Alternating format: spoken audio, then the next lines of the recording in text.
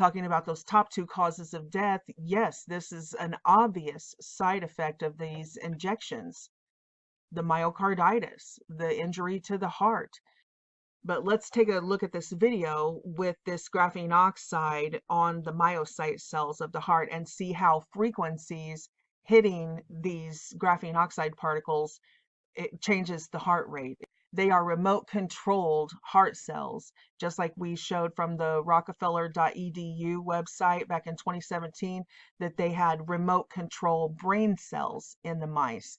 Well, they've also done it on the heart cells. Okay, so what you'll be looking at and looking for here, you can see the places that are lit up.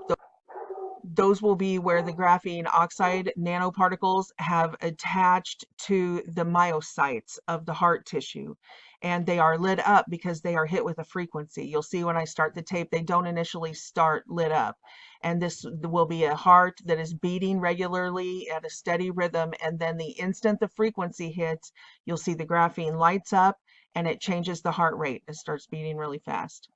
Hey, I'm sorry, you guys, about the barking dogs in the background. There's nothing I can do about it. I've got to get this work done. And I bought a new big guard dog a few months ago, and he's still getting to know the dog that I already have. So they're not fighting, they're just playing, you know how dogs do, but they're pretty loud. I closed the door upstairs, but you can still hear them. They got a big bark. So I'm very sorry about that. I'm not a professional with some studio or anything. I'm just doing the best I can. Please forgive the background noise. Okay, so here's what it looks like normally, a normal heart rate. Okay, so here's the normal heart rate. Hits it and see how it speeds up. Don't. And it goes back to normal. Play it one more time. See, it's just a normal heartbeat.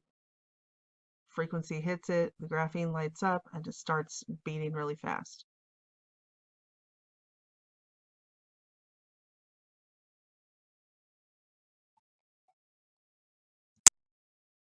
So I'm not even saying that every single person that we've seen, like on the sports teams or whatever, that falls over has been hit by a frequency and is a targeted individual. It's hard to say because with the advent of the iPhone, and we've just seen such an increase in these sort of ailments with all the Wi-Fi around us and everything. I know that Parable of the Vineyard channel, he was talking about how he used to play those iPhone games and he would lay back in bed and he would have his iPhone on his chest and he started having heart arrhythmias from just resting his iPhone on his chest. This was years ago before the rollout of these most recent injections. So, and I know I had heart arrhythmia and so many people I know, they started doing SVT surgeries on teenagers that I know, again, several years ago. This is unheard of. So I think a lot of it just has to do with the frequencies that are already around us. Is it going to be incredibly amplified now that they roll out this new spectrum of microwaves? And will that be weaponized? For sure, it'll be weaponized. But does that mean there won't be any casualties that are like unintended? Not that they don't count every single one of them as a bonus. And why I'm going to show you they are targeted. Absolutely. There are people who are dropping. Now, are these random people or special people? How do they pick who the targeted individuals are? Used to, the targeted individual beta test programs, that they did pick out who they were going to terrorize. But it seems now that there's been an algorithm loosed that does it randomly. They just randomly pick phones because they want the genocide to be not obvious to people. They want us to think like we have previously. Oh, the top two causes of death in the US are heart disease and cancer. So they think most people will just continue that narrative. Even when they see, 50 sports stars drop right in front of them on the field, they're still like, oh, it happens. And here's those couple of clips that have come out recently. Most of you have already seen them, but in the context of what we just talked about here, I'll show them. The gal at the nail salon that got hit with the frequency pulse out of her own phone, and then the guy on the bike that the CCTV, the surveillance cameras accidentally picked up getting hit with the frequency. Watch this right here on her arm. You can see it flash.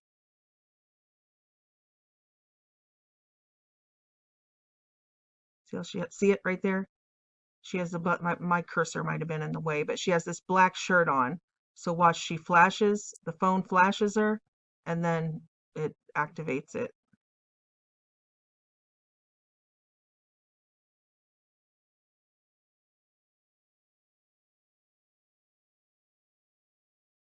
I'll keep my cursor out of the way this time, but it's right there on her sleeve. Keep an eye and you'll see the flash.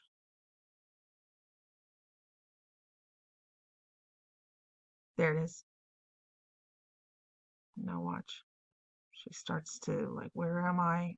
And then it's over.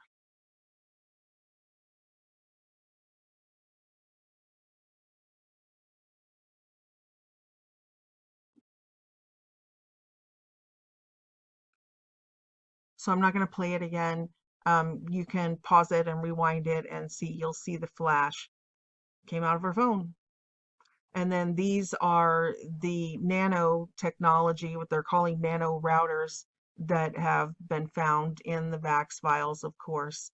And then this is just one of the many, the PubMed.gov documents on exactly that, these nano routers, nano networks, antennas in the terahertz band and stuff. This is, here's the number at PubMed, 301-55262 if you want to look it up. But it's basically exactly what Bill Gates's patent talks about, 060606, about these nano-sized sensors in the body and all of these healthcare applications and stuff. And then it has down here, it has all of the diagrams. I'll get up there, showing that they link to the phone, just like she had in her hand when that happened, and that these nano sensors will be in the body. See if we can find. And this is where they get those images when these self-assemble. They have these bow tie shaped antennas. And it's up to you what you think about this. You can go and look up the literature on these different nano antennas and routers and the hertz, the frequencies that they operate in, and all of that. It takes a lot of research. Some of what people are putting out are salt crystals. Some are not. They simply are not. And here's another recent one that has made the rounds. It's gone viral, so most of you have already seen it, but it's another example of this that people are talking about, these 5G towers and stuff, sending out directed energy weapons that are specific. They are specifically targeted to people who have this nano. So watch right across here. You'll see on this, see it? And he falls right over. We'll go back and do it again. But right there, you'll see the disturbance. And this is a security camera. So you can see the disturbance come straight through, aimed right at him, and he drops like a, see it? It's like heat on the pavement, it's invisible, but you can see the disturbance. Maybe look over here at the trees on the other side past him. It's hard to detect on the road since it's all one color, the squiggles and the frequency atmosphere. There it goes. So, you be the judge. Is that just a coincidence? Or, is it not actually in the picture, but like an EMP affects the devices, or like a UFO encounter will shut down everybody's devices? Is this something that would not be visible in the atmosphere, but is causing interference, frequency interference on the camera itself? Either way, there's no denying that the exact instance that that frequency hits, he drops like a fly. And another interesting thing that Rob mentioned was the immortality portion of this. People don't talk a lot about that. They don't want to talk about that. But there's a very specific reason that they chose these model organisms to genetically engineer these injections, the immortality portion of the Hydra.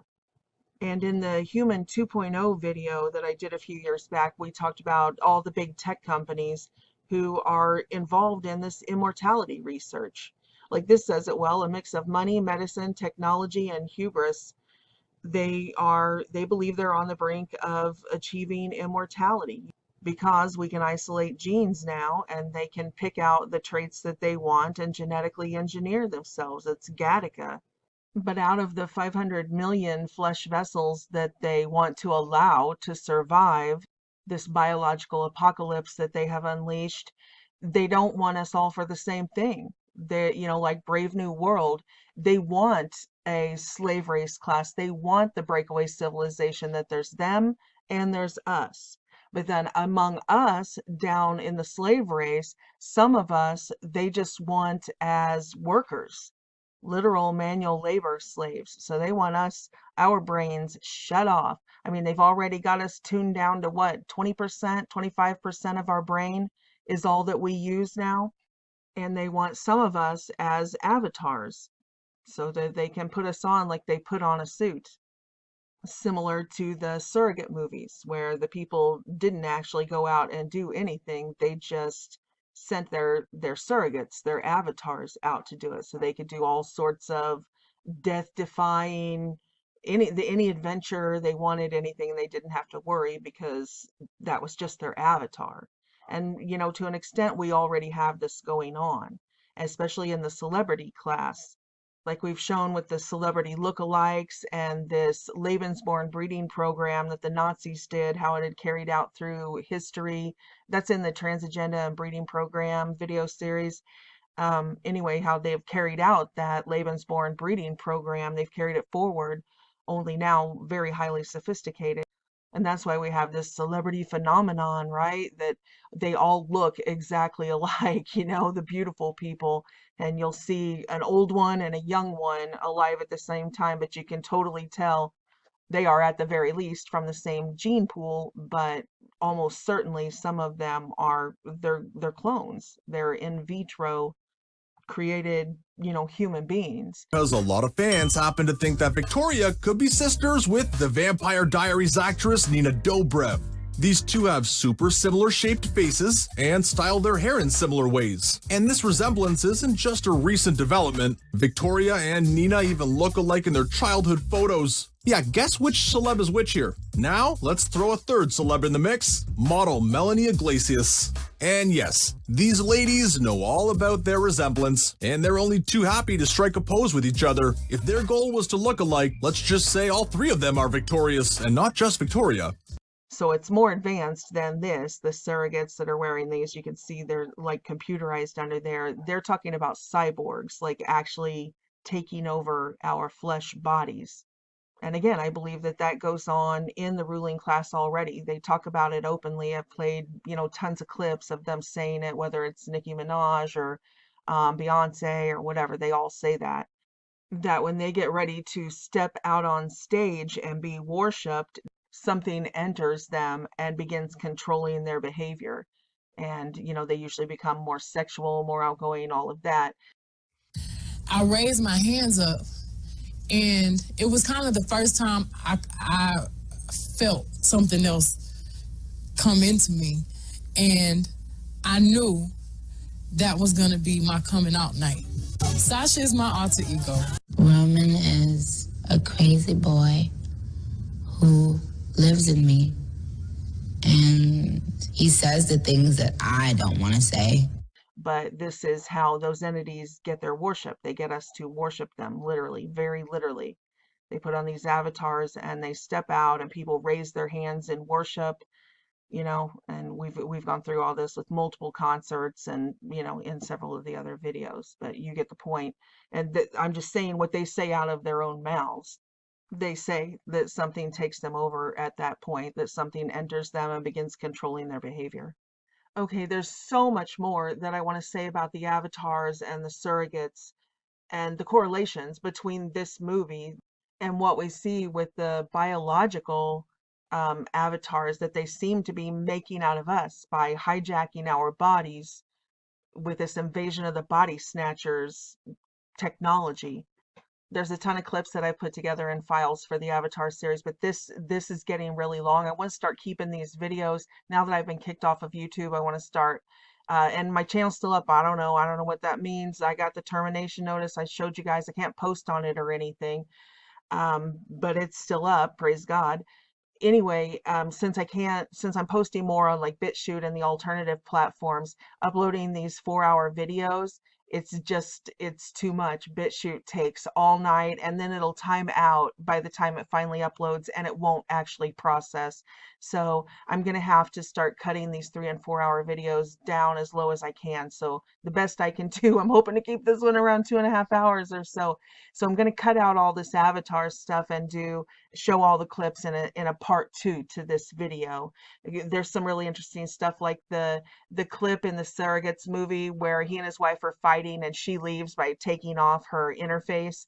And then her avatar just like goes blank and, sits there like a mannequin.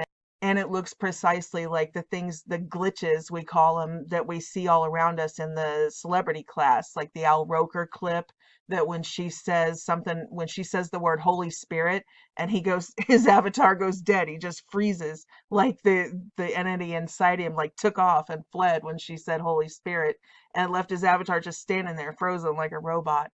Exactly. In junior high. Yes, like they say in Catholic school, leave room for the Holy Ghost. Anyway, there is a lot of memories today, actually. It's a big day in music history. 35 years ago today, Elvis Presley passed away, the king of rock and roll. And as Mark Cohn says in his great song, Walking in Memphis, there's a pretty little thing waiting for the king down in the jungle room. And then like a clip at the end where he takes down the whole surrogate system. And when the signal stops beaming over all of the avatars and they just fall to the ground, it reminds me of all of those cases that we've seen, whether it's Wendy Williams or Katy Perry on stage in the middle of a concert. It's almost like their Wi-Fi goes out or something and they just boom, drop. Or whether it's Hillary Clinton glitching up and they have to like physically put her in the car, or Lady Gaga glitching up, and being put in the car. We see this stuff all the time.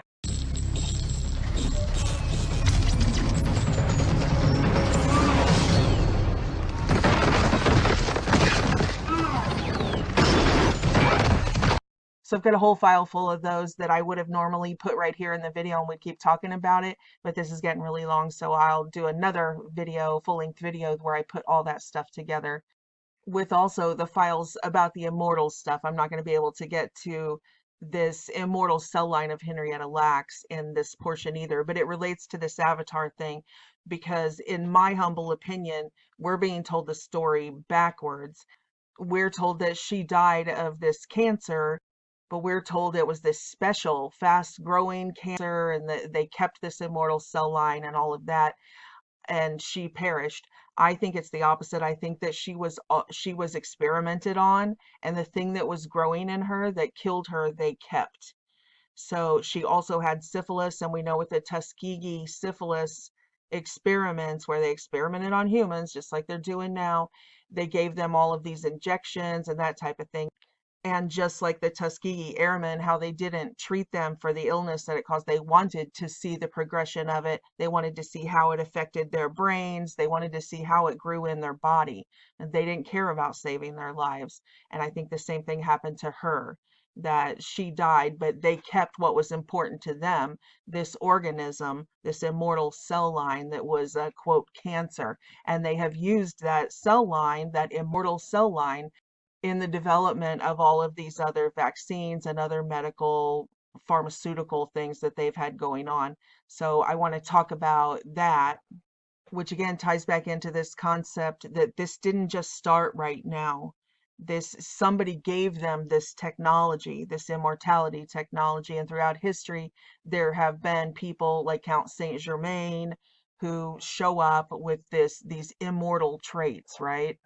Or even alien races, this Aryan race, these alien races, like this clip on the screen of, they call him Valiant Thor, the visitor at the Pentagon, that this so-called alien did show up, and he had all of this immortality or anti-aging technology, and he was, the reason that he knew every language on earth and all of this stuff, and he was like, over 500 years old already, even though he looked like he was 30, and all of those stories. But since I'm going to leave this section out now, I'm not going to put the clips in. If you're looking for something interesting to watch along those lines, you can go over to Paranormal Roundtable, and they have it's episode 69, and it's just called Immortals ?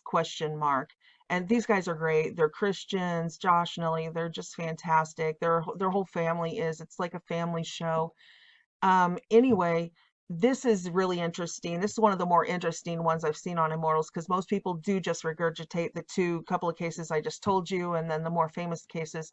But in his podcast, he talks about personal encounters, people that he literally knows and works with who have had these encounters with regular people, immortals, who are trying to hide it. Like they worked with them when they were like 18 years old at a club or whatever, and then they bump into them 50 years later in Vegas, and they're still the same guy. Like they're still look like they're 18 years old. It's the same person, only they haven't aged a bit. And I am totally butchering the actual facts of the case. What I just said there is not at all what the case actually is. I mean, it's something like that. It's stories like that.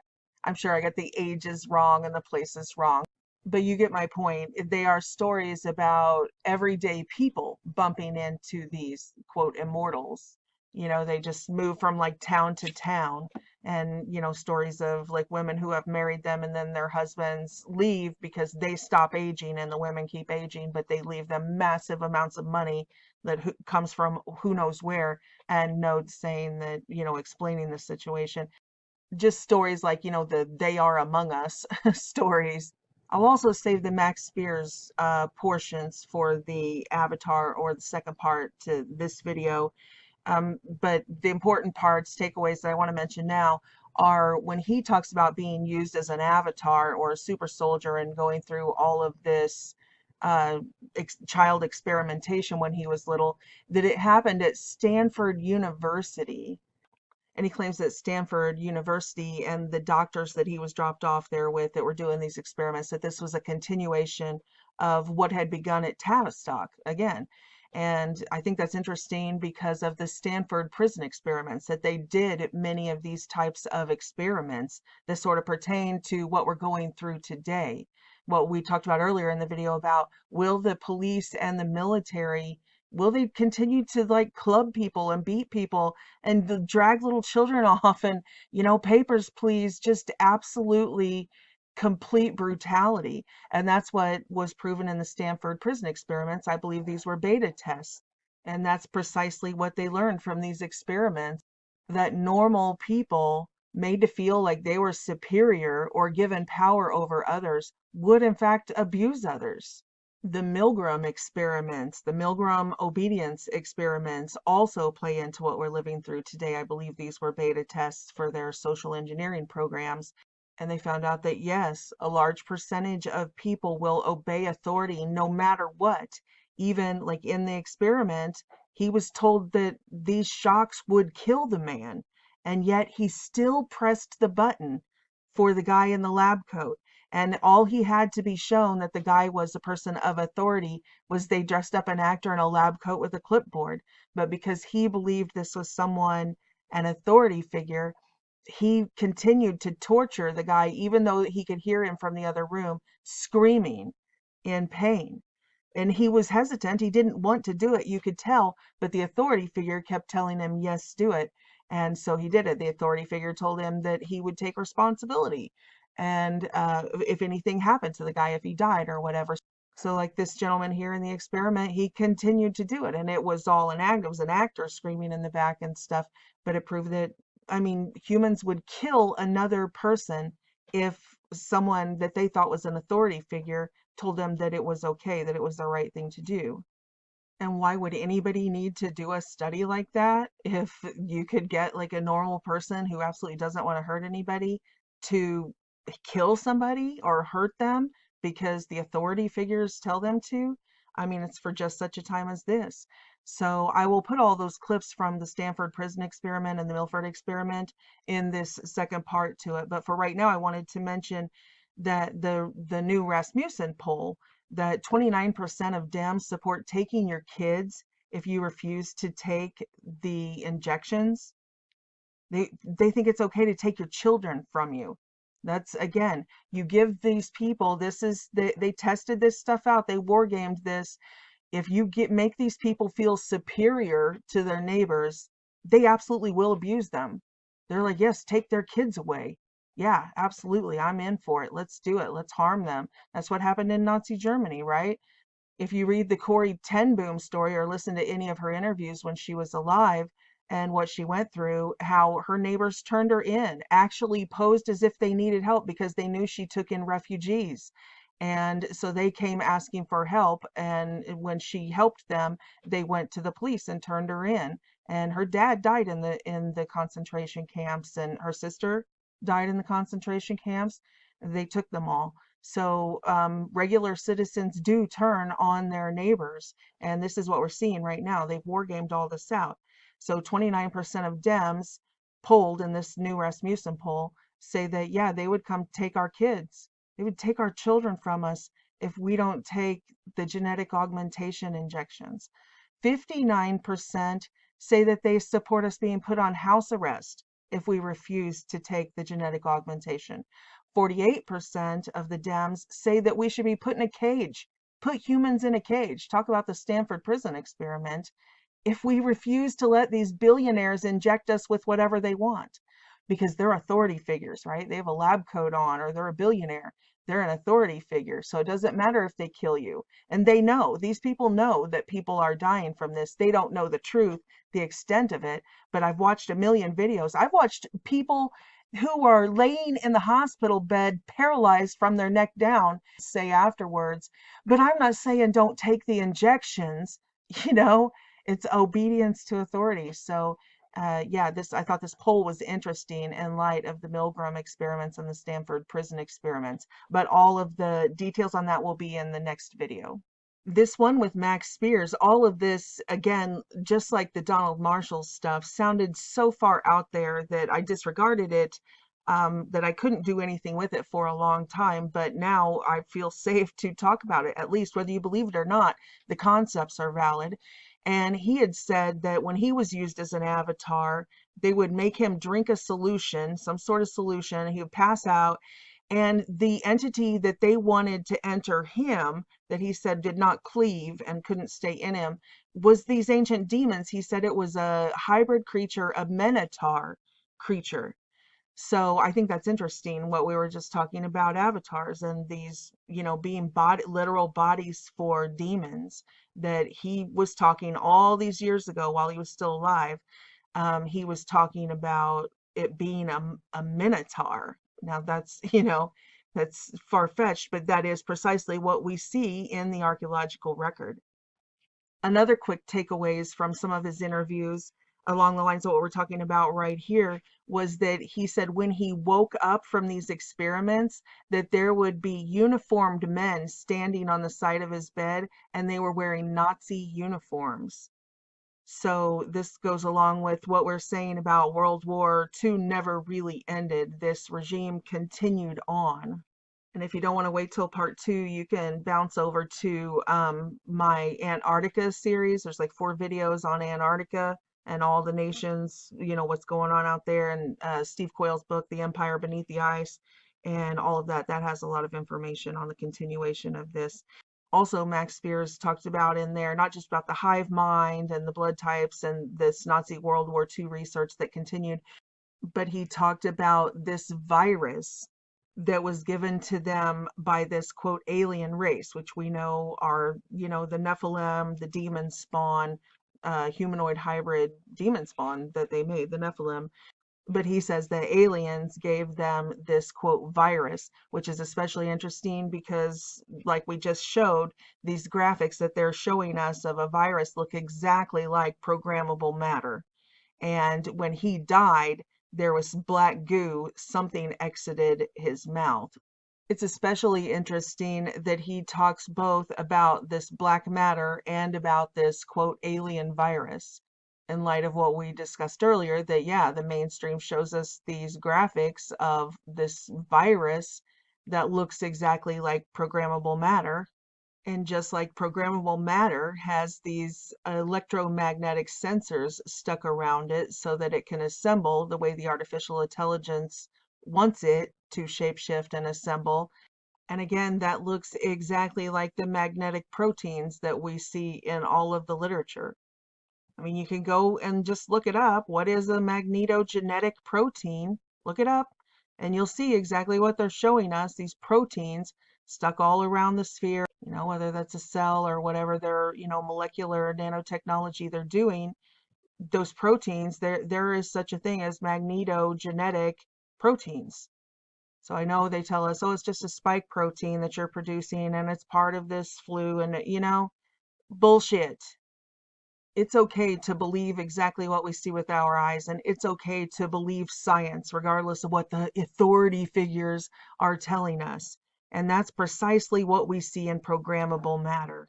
There's a reason why their graphics of a quote virus look exactly the same as programmable matter. There's a reason why Max Spears and all of these whistleblowers are talking about both a virus and this black goo, programmable matter, because it's the same thing.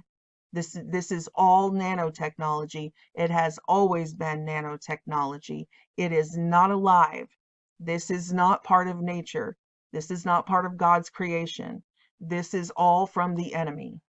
Thule Island, or Thule Island, I'm going to call it Thule. Thule Island has major ties to both the black goo phenomenon, the programmable matter phenomenon, and the Thule Society of the Nazis, right? So we've talked about before during the Falkland Wars, and I put the interviews with soldiers who were there and saw it firsthand, that they went into these islands and removed massive amounts of this black goo. And it appears that's what this whole operation was about. That's why it was only a 10-week, quote, undeclared war between Argentina and the United Kingdom, because we know that many of the Nazi higher ups escaped to Argentina. So they were protecting something on these islands. And there was a 10-week exercise, which was an undeclared war between Argentina and the United Kingdom in the 1980s. And according to the interview, which I'll put clips of in the second part, the guy says who was there that, yeah, they were retrieving stuff from caves. It was hidden in caves, and it was black goo. It was programmable matter. And, you know, some people say, like Max Spears, this is something that came from these ancient races. Other people say this is stuff that the Nazis made themselves and were storing in these underground locations out in the ocean on these secret islands and stuff. You know, I don't know. I wasn't there, but it's interesting to discuss, especially in light of what we're talking about here. The Vril Society and the Thule Society created the Nazi Party. It wasn't the other way around. They were the occult practicing societies, secret societies that were summoning these demons and channeling these demons, getting all of these diagrams, blueprints that they were supposedly channeling from demons or quote aliens and stuff like that. And they were the very societies that created the Nazi Party. And now here we are living through this where they're literally spraying nanoparticles, self-assembling AI, like sentient, intelligent, smart, quote, viruses. I mean, this is some creepy stuff. And again, back to Donald Marshall's claim about this parasite, this Vril parasite. And yeah, it was the Vril Society. And although we still have our fair share of secret societies functioning, you know, in our country and all around the world, a lot of it's just done openly now. They do their recruiting openly. They're proud of it.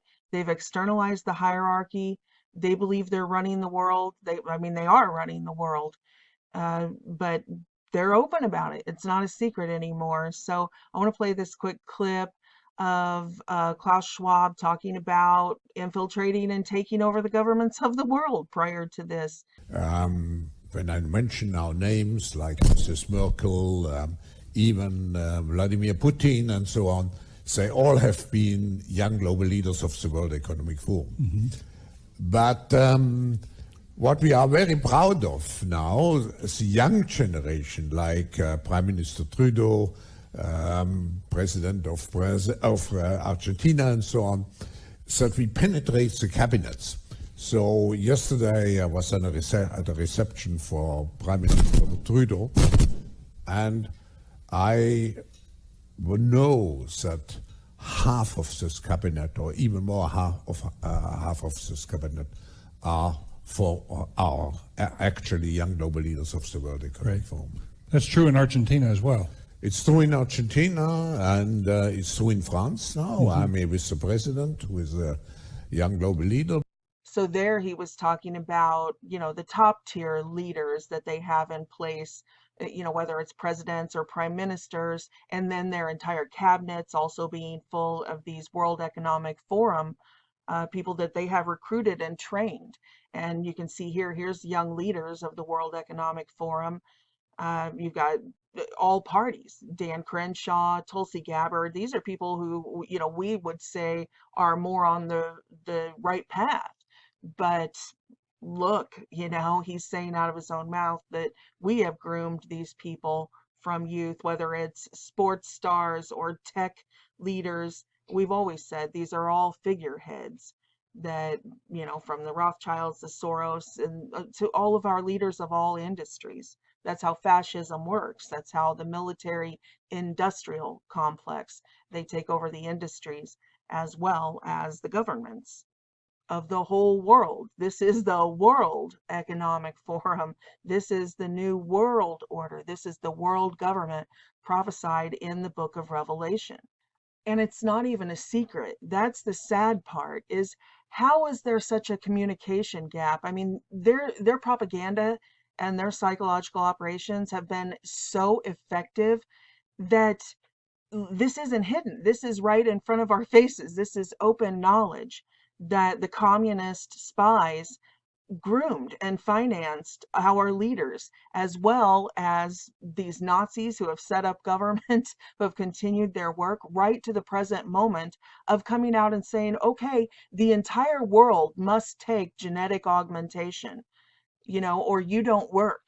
No jab, no job. It's out in the open, and yet you show people this to their face. Well, I mean, most of them won't even watch it. They're like, stop showing me that.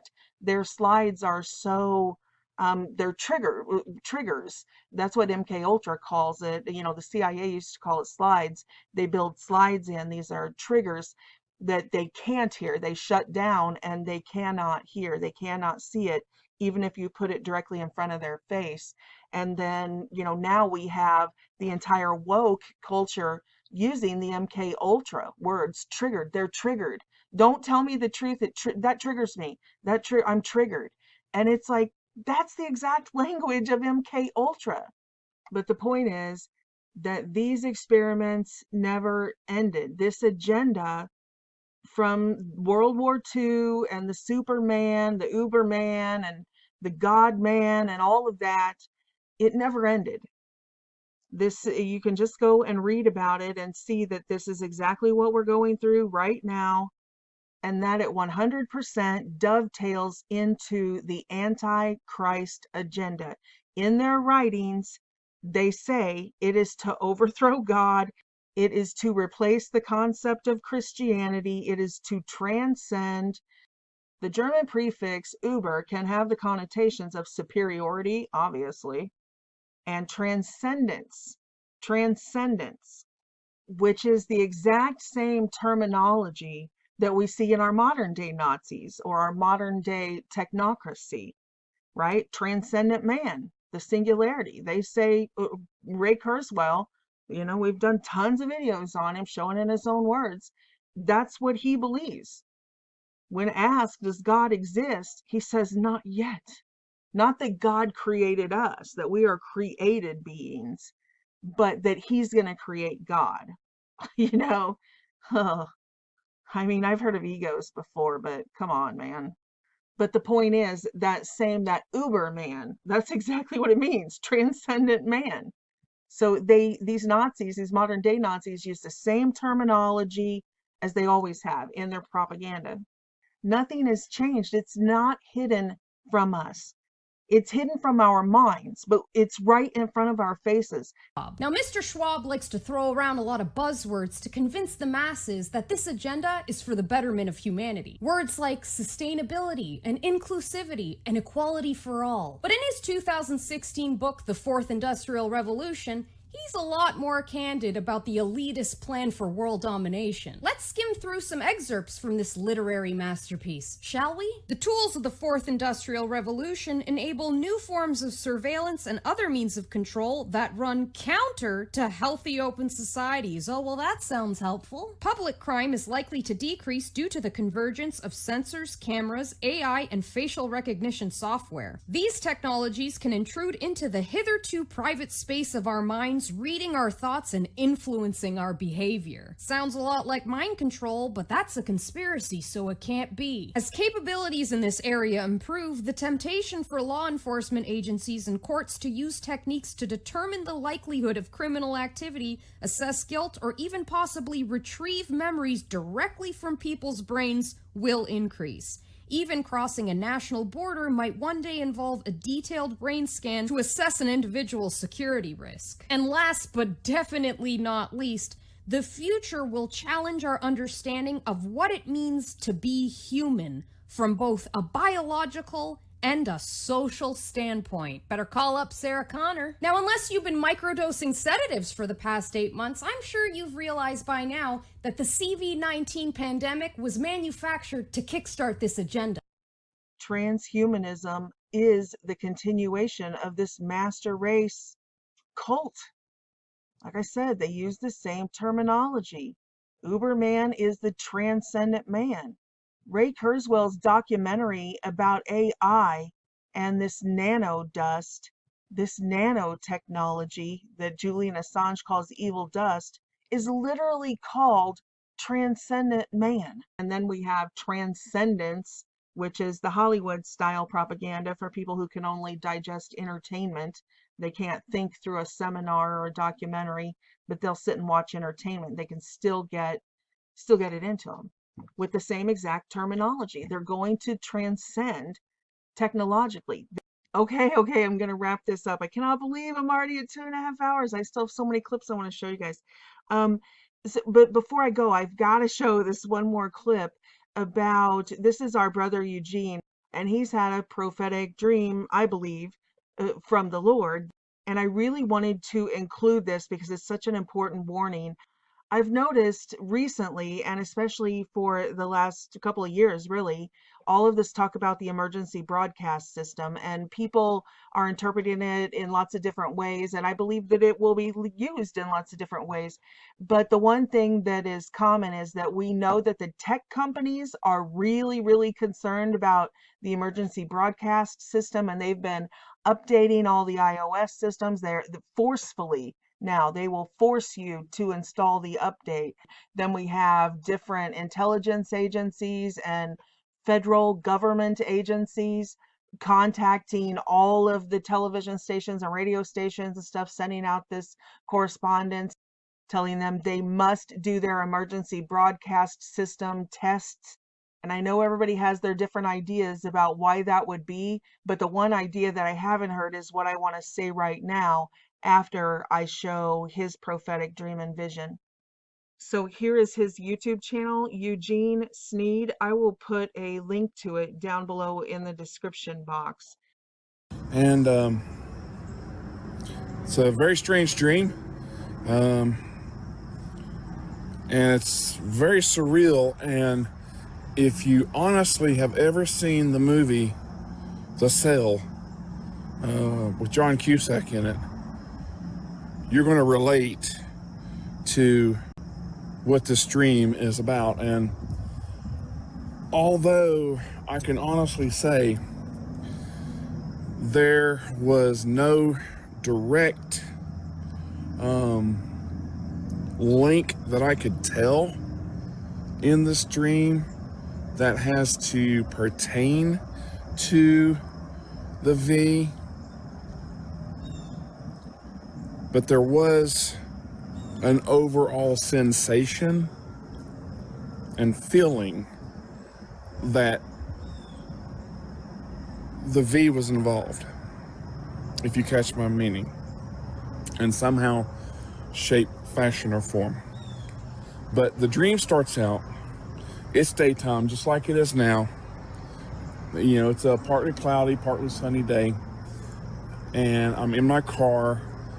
I am in my hometown, and I am driving down the street, and there's a few other cars, you know, in front of me and some behind me, and it's not on a highway, but it's basically on a, like you would see, like a main street downtown. And there were some other cars passing me in the opposite direction. Okay. Well, I come up on a stoplight and I make a stop, and I have apparently the radio on in the car. Although I don't hear any music or any talking coming out of the radio, I come up on this stoplight, and as I stop, I hear this very weird signal come over the radio. It's like a loud screeching. It's like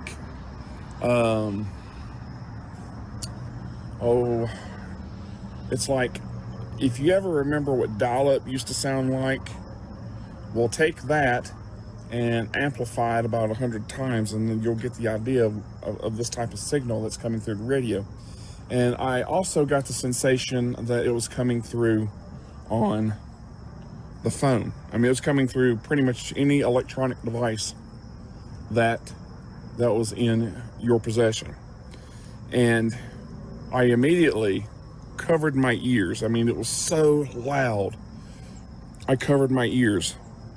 And I started to try to also block out the sound by humming or singing, like you would go, la la la la la la la la, something like that. And I got the overall sensation that this isn't good. There's something going on. There's something not right. And as I continued to do so, I got a thump from behind, like a car ran into me. And as I looked into the rearview mirror, I could see the driver of the other car. They had just, it appeared to, they had just like slumped over in the car. And it wasn't due to the crash, because the crash wasn't, it was just a slight thump, just a little, like a little tap. But they appeared to have slumped over in the car, like the signal may have done something to them. And as I look around to these other cars, I see the exact same results. I see this one person get out of the car, and they just, they're holding their head, and they just fall over. And I'm like, okay, this is crazy. This is weird. Something's going on.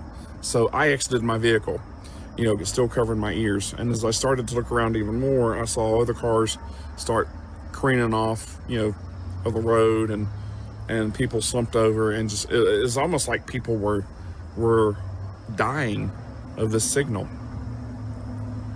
And as I started to look around, these people who apparently had fallen over and died got back up, and they were just like zombies. I mean, they literally were zombies. It was like you were sitting here watching, the TV show The Walking Dead. So here's about a 10-second clip from that movie. He's talking about that Stephen King book that was made into a movie with John Cusack, Cell, where they use the cell phones to send out the frequency. So I think that's something to keep in mind. Could they use the emergency broadcast system to broadcast this frequency to everybody simultaneously? I know I've heard multiple prophetic dreams and visions just like his that said that exact thing, that they were in their backyard, and it was startled, and this loud noise started coming out of their phone. So I think that's interesting. And right after that, I'll juxtapose a clip of a vaccine injury of somebody. We already showed the clip in the nail salon of them using the phone, but this is a different lady that she can't figure out why every time she reaches for her phone, it causes her to go back into a seizure. Need more money.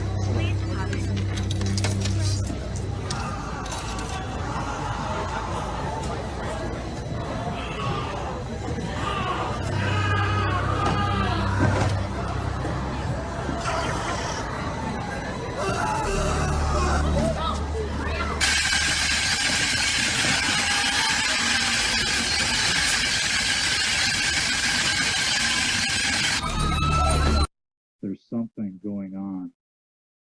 See how she's touching the phone? She puts it down, and just about immediately, her symptoms stop.